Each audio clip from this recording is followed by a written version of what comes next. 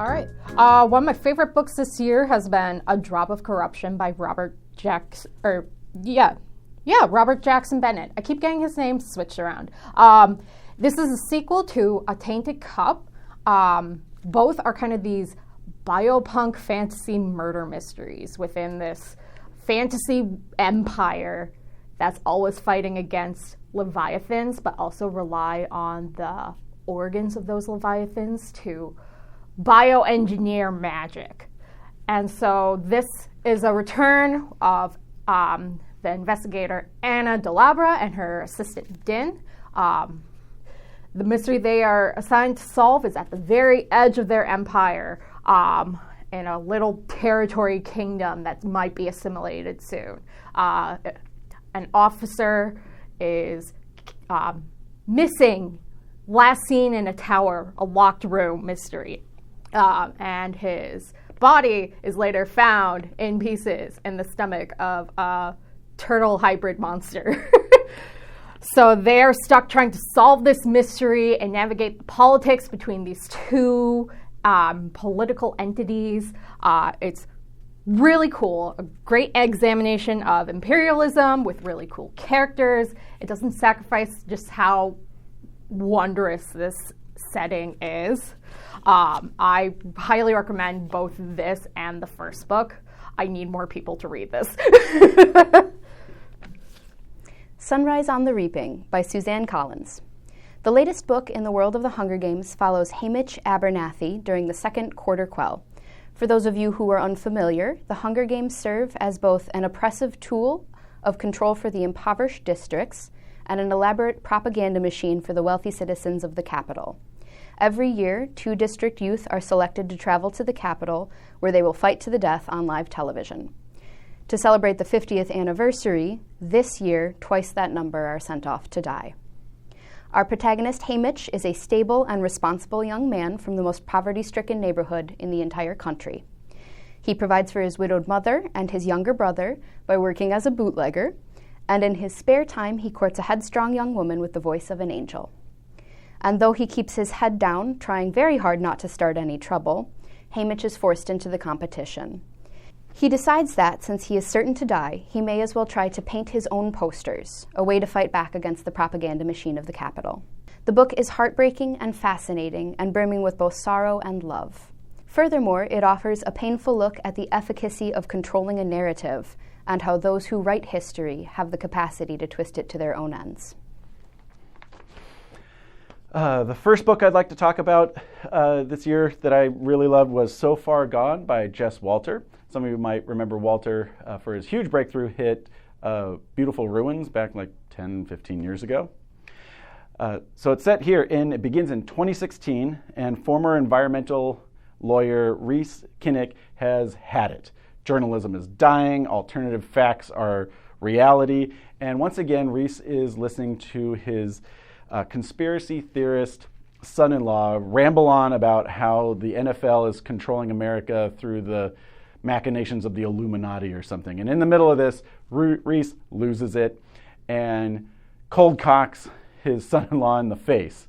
And after a huge blow-up with his daughter Bethany, who relations were already strained, he storms out, drives away, throws his cell phone out the window, and decides to live apart from society, off the grid, on his family's old farming land up in kind of Nowheresville, Washington State. And for 8 years, he lives as like a modern-day Thoreau on Walden Pond, or at least that's how he likes to think of it. Cut to 8 years later, a woman suddenly appears at his doorstep with 2 small children that he is shocked to realize are his grandchildren, who he barely recognizes. Apparently, Bethany has disappeared and sent them to go with him because she and the kids have been living with their stepfather up in northern Idaho on a kind of anti-government doomsday religious compound called the Army of the Lord. And she's worried because they want to marry off his 13-year-old daughter and whatnot. And so Rhys, in this moment, realizes that everything he's lost by living in isolation, and decides to be a better grandparent and be there for his grandchildren. However, the reunion is short-lived when members of the Army of the Lord show up, beat up Reese, and take the kids back to Idaho. Reese, when he comes down, now decides he's going to get his grandkids back and find his daughter. To do so, he'll have to enlist the help of an ex-girlfriend who's not really happy that he showed back up in her life, and a couple of friends who he does still know, and the help of one of the shining characters in this, Chuck, a kind of rattled, off-kilter ex-cop who is more than happy to go storm a quasi-religious compound, a religious military compound. He honestly steals every scene he's in. Now, I say all that. It sounds like a pretty intense thriller, and there are certain points that are very tense. Jess Walter knows how to build tension and create a standoff very well. But this is ultimately a book about family, parents, and their kids. The broken relationships and the kind of past struggles and traumas that get passed down through the generations. It's about lost adults, both metaphorically and literally in this case, and the confronting generational patterns of running away from problems rather than staying and fighting for the people in your lives. I was incredibly moved by it. I usually don't cry at books, but this totally got me, which was kind of embarrassing because I was on an airplane when I was reading it, and the two strangers next to me probably thought I was having a real moment. Anyway, So Far Gone by Jess Walters. It's amazing. Read it. All right. My favorite book that I read this year is The Buffalo Hunter Hunter by Stephen Graham Jones. One of the things I like about it is it's one of those books that's told as a story within a story within a story. So you have this frame story of a researcher who is trying to write a thesis and coming up blank when all of a sudden one of her ancestors' diaries is discovered within a wall. And now she has access to this diary from 1912 in Montana, and it was written by Arthur Bocarn, who was a Lutheran pastor. And he is writing about originally just his life as a pastor in the Wild West of Montana, when all of a sudden the diary takes a different turn when he starts telling the story about a dark figure that appears in his parish one day, a man who comes to confess to him. And this man is named Goodstab, and he is Blackfeet Native American, and he is a vampire. And he is telling the story of his transformation and the effect that it's had on him, and also the story of the curse of being a vampire, because the Stephen Graham Jones vampires they're not cute. They're scary. And this vampire, Goodstab, he takes on the appearance of whatever creature's blood he drinks. So when he's drinking deer blood, he starts to grow horns. And that means that to maintain his identity as Blackfeet, he has to drink Blackfeet blood. And it plays a lot into real history and the 1870 massacre of 200 Blackfeet Native Americans. And history and legend and mythology really entwine beautifully in this book. But because it's told through so many layers, you also have the added element of the unreliable narrator. And it's fascinating and beautifully written and sometimes funny, but also kind of gross and scary. Because this vampire's thirst is relentless, and he will drink until there is no more blood, even if he splits open in the process. So kind of gory, but really good. Love it. 10 stars. And then I also want to recommend The River Has Roots by Amal El-Mohtar. She was one of the co-writers of This Is How You Lose Time War. This new book of hers is a novella, a retelling of a folk song or a murder ballad. You might be more familiar with it as The Wind and Rain. The original story is of a woman who is drowned by her sister over the affections of a man. And the sister's bones is then found and made into an instrument that, when played, tells the story of how she died and who killed her, right before the killer's wedding. So, hooray. This retelling is more of a fae magical romance where it's feminist. It reaffirms sisterly bonds more, and also the power of love, whoever that may be. It was a really poetic and romantic story. Amal El-Mohtar has a real way with words that has to be seen for yourself. I can't recommend her enough, and I can't wait for her new story collection coming out next year. There is also a sneak peek to that story collection at the end of the book, so definitely check it out. Next book I'd like to talk about is Lucky Day by Chuck Tingle.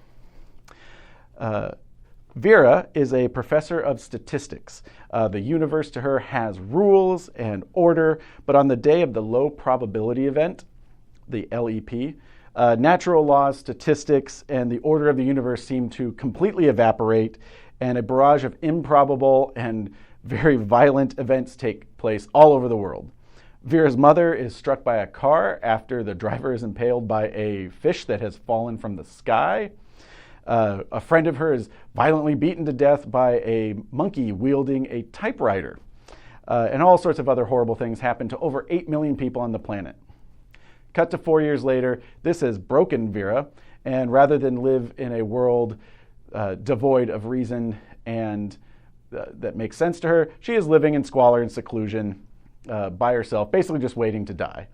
But she is dragged back into caring about the world, first by a cat that, it's funny and it's sad too, but a cat brings her back to starting to care about something, but also she gets a knock on the door by a mysterious government agent named Lane, who is part of a shady government organization that's trying to solve the mystery of the low probability event. It really plays like an old X-Files episode, mashed up with kind of like a Looney Tunes episode in its gonzo weirdness.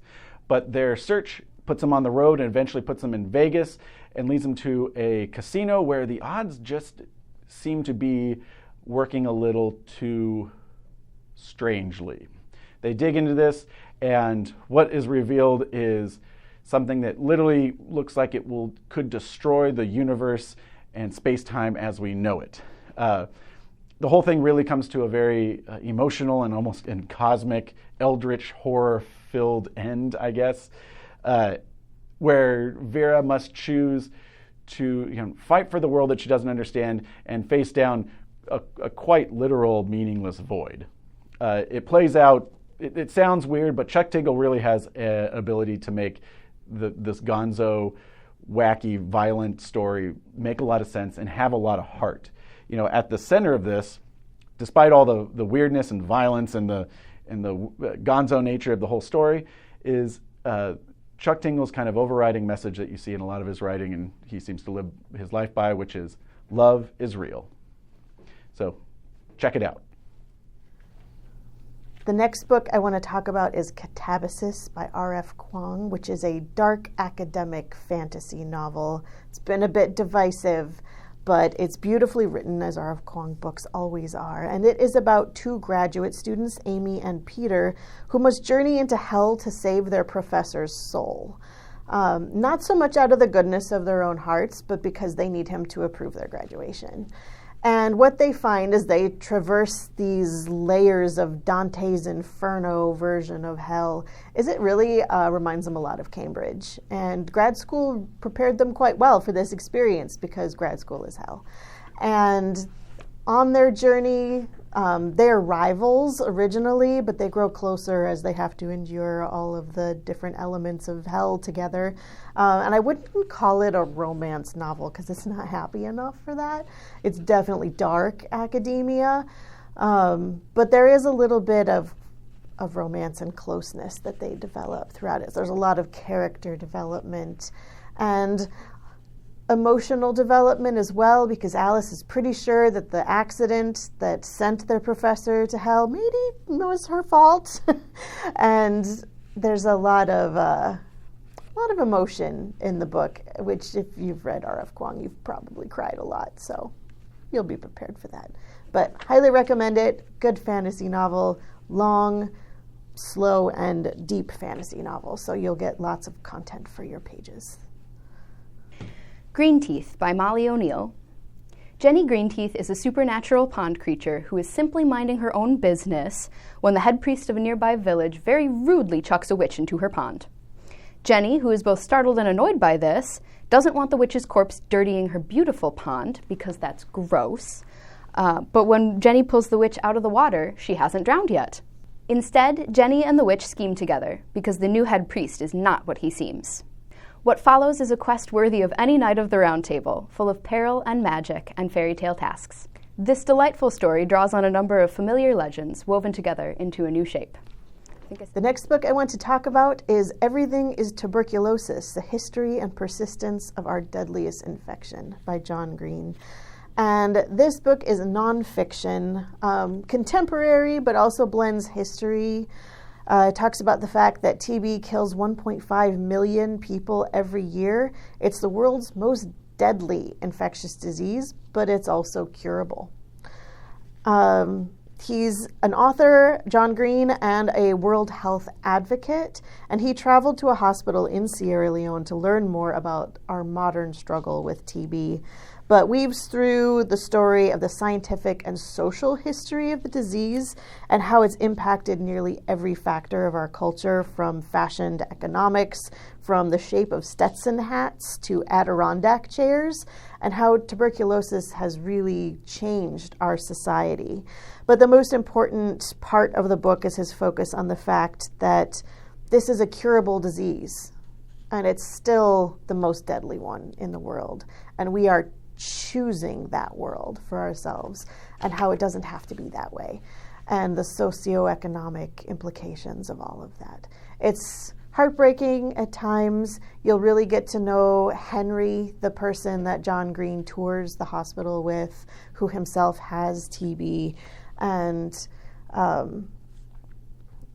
it'll tear at your heartstrings, but it's also really fascinating history, and I highly recommend it for anyone interested in health, science, sociology, and the history of disease in general. Bury Our Bones in the Midnight Soil by V.E. Schwab. Now here is a vampire novel absolutely worth devouring. The narrative follows 3 women throughout their life, death, and undead afterlife. Their stories, though separated by time and distance, are all intertwined. We begin with high-spirited Maria, who will not be told what to do or how to choose how to live her life. We meet Alice, who has always viewed herself as a lesser, more cowardly version of her older sister. And we encounter Charlotte, whose decisions have ripple effects on both of the other women.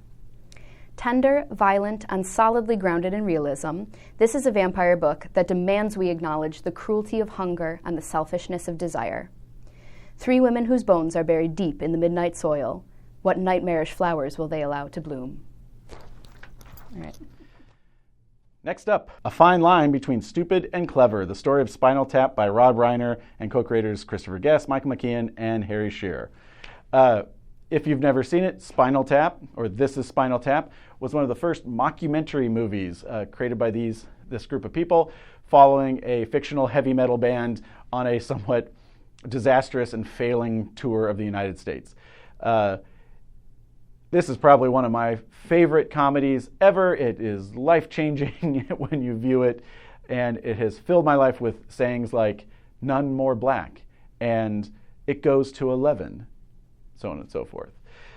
This is the story of how they put these characters together, how they got the money and the backing to create it, and much like many kind of cult hits, how they had to fight to get the thing made because no one understood what they were making because it was kind of the first of their kind. And even after they were making it, they didn't understand what they were doing. But as they put it together, they created a true cult hit and kind of created the genre of the mockumentary. And what's amazing is it's really all done through improv. They know the story, but this is just 3, 4, and their supporting cast characters just riffing off each other and created comedy gold. And these are the stories behind it. Again, if you ever quoted this movie, you owe it to yourself to read the story behind Spinal Tap here. As a bonus, you get, if you literally flip the book over, you get Smell the Book. Get it? Spinal Tap fans will get it. By Marty DeBurgi and band members Nigel Tufnell, David St. Hubbins, and Derek Smalls. So here's the oral history of Spinal Tap. This is Spinal Tap, the movie, with all of the actors in character. It's awesome. I would have bought this book just if that's all it was these characters, actors in character talking about the movie. Has such funny moments. It's all the same kind of humor, and it has such funny moments of them recollecting when they were a younger band and declared that we are the music, to be informed by the audience that no, in fact, they weren't. Again, you have to have Harry Shearer say it to make it funny, but read both.